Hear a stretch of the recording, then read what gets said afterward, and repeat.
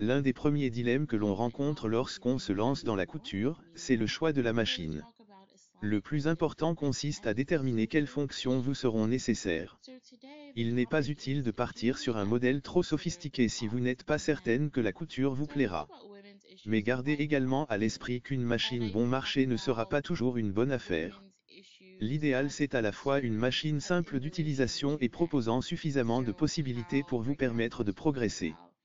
Pour bien choisir sa machine à coudre, il est important de prendre en compte ses désirs créatifs et le temps que l'on souhaite y consacrer, occasionnel ou régulier, reprise, habillement, décoration, patchwork, broderie ou encore le type de tissu que l'on souhaite travailler.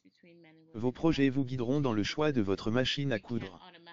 Quel que soit le budget que l'on souhaite investir ou l'usage que l'on attend de sa machine à coudre, elle doit proposer les points de couture de base, points droits, points zigzag et boutonnières, de préférence automatique en un temps, à défaut en 4 temps. Attention, la mention « boutonnière en 4 temps » signifie que vous devez changer 4 fois vos paramètres de couture afin de coudre les 4 côtés de la boutonnière. Sur une chemise, cela peut être fastidieux.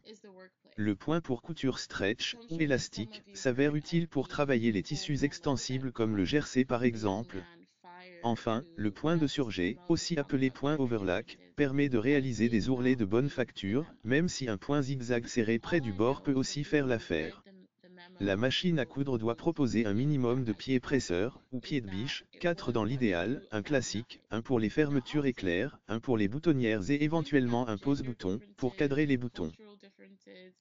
And passing this out as a memo in your workplace should be obvious to anyone that that's a bad idea. So I certainly don't defend him in terms of getting fired. If I was a company, I'd probably fire him too, because it just doesn't look good. It doesn't look good. It doesn't feel good, whether it's true or not. The question would be more about, is it appropriate in that format in the workplace? In a private conversation, even a conversation with colleagues who wanted to have that conversation, but to send that out to the company doesn't really look appropriate. So I'm definitely not defending him on that front.